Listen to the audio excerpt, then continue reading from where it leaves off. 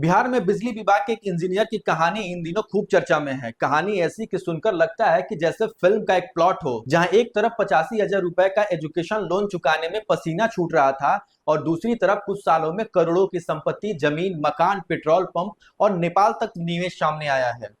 हम बात कर रहे हैं बिहार बिजली विभाग के एग्जीक्यूटिव इंजीनियर मनोज कुमार रजक की, जिन पर आर्थिक अपराध इकाई ने शिकंजा कस दिया है। मनोज कुमार रजक ने साल 2009 में ऊर्जा विभाग में सहायक अभियंता के रूप में नौकरी शुरू की थी, लेकिन जांच एजेंसियों के मुताबिक पिछले 17 सालों में उनकी संपत्ति का ग्राफ इतना तेज चढ़ा है कि अब एजेंसियां भी हैरान है। आर्थिक इकाई की शुरुआती जांच में पता चला है कि उनकी आय से कम 1 करोड़ 20 लाख रुपए ज्यादा की संपत्ति सामने आई है, लेकिन अधिकारियों का कहना है कि जांच पूरी नहीं हुई है। ये आंकड़ा कई गुना ज्यादा हो सकता है। जांच में खुलासा हुआ कि रजक की पोस्टिंग ज्यादातर सीमांचल के जिलों में हुए, अररिया, कटिहार, दरभंगा और मधुबनी में रही। इसी दौरान इन्होंने अररिया में 2 आवासीय भूखंड खरीदे, दरभंगा के बेलू चौक मोहल्ले में 2 मंजिला आलीशान मकान बनवाया, दरभंगा शहर में 2 और प्लॉट खरीदे, सुपौल के अपने पैतृक गांव में एचपी गैस के डिस्ट्रीब्यूटरशिप ली। इसके लिए बाजार में जमीन खरीदकर गोदाम और ऑफिस तक बनवाया गया। लेकिन कहानी यही खत्म नहीं होती है। जांच में एक और दिलचस्प एंगल सामने आया है, नेपाल कनेक्शन। आर्थिक इकाई के मुताबिक मनोज रजक ने नेपाल में निवेश किया है। यहाँ तक कि जांच में सामने आया है कि नेपाल में अपनी गर्लफ्रेंड के लिए आलीशान बंगला खरीदा गया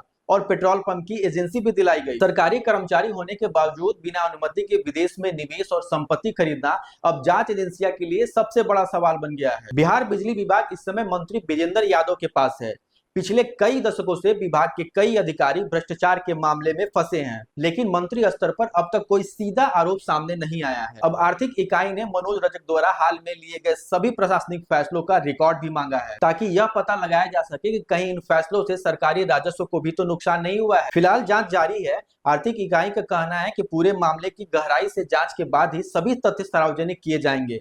लेकिन एक बात तो साफ है, जिस इंजीनियर को कभी 85,000 रुपए का लोन चुकाने में मुश्किलें हो रही थी, वही आज करोड़ों की संपत्ति के आरोपों से घिरा हुआ है। अब देखना होगा कि इस बिजली विभाग के कुबेर की कहानी जांच के बाद और कितने राज खोलते हैं। वीडियो पसंद आए तो लाइक, शेयर और सब्सक्राइब करें।